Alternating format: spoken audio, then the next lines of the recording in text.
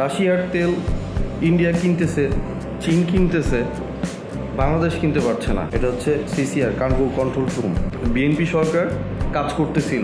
জ্বালানি উপদেষ্টা ছিলেন বর্তমানে আমার দেশ পত্রিকার সম্পাদক মাহমুদুর রহমান। সুয়েজ ক্যানাল দিয়ে আমরা ইন্ডিয়া চলে যাব।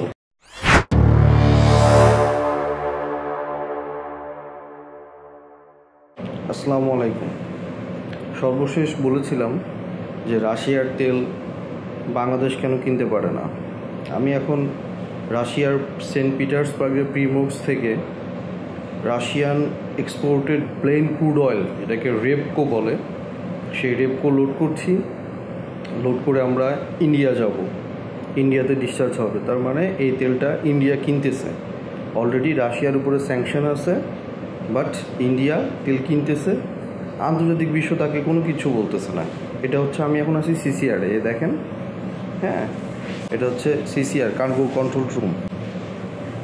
তো কার্গো কন্ট্রোল রুমে আমি এখন লোড করতেছি। আমার পিছনে প্যানেল বোর্ড আছে, এখানে পাম্প সব ভাল্ব লাইন আপ করা আছে, ঠিক আছে।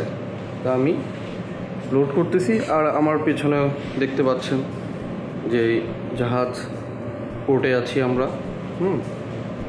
তো লোড করা শেষে আগামীকাল আমরা বের হয়ে যাব। সুয়েজ ক্যানাল দিয়ে আমরা ইন্ডিয়া চলে যাব।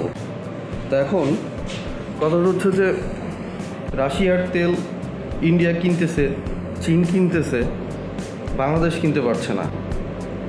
তবে বাংলাদেশ একবার এই উদ্যোগ নিয়েছিল বিএনপি সরকারের সময়ে, যখন জ্বালানি উপদেষ্টা ছিলেন বর্তমানে আমার দেশ পত্রিকার সম্পাদক মাহমুদুর রহমান।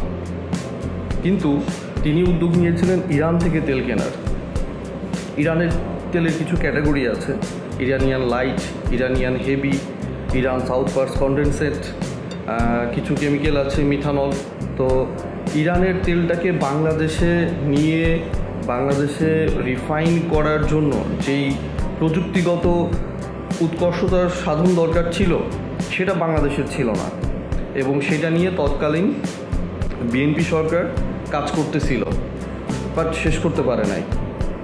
তো যদি কখনো সুযোগ হয়, আমরা আবার সেটাকে শুরু করার চেষ্টা করব ইনশাআল্লাহ।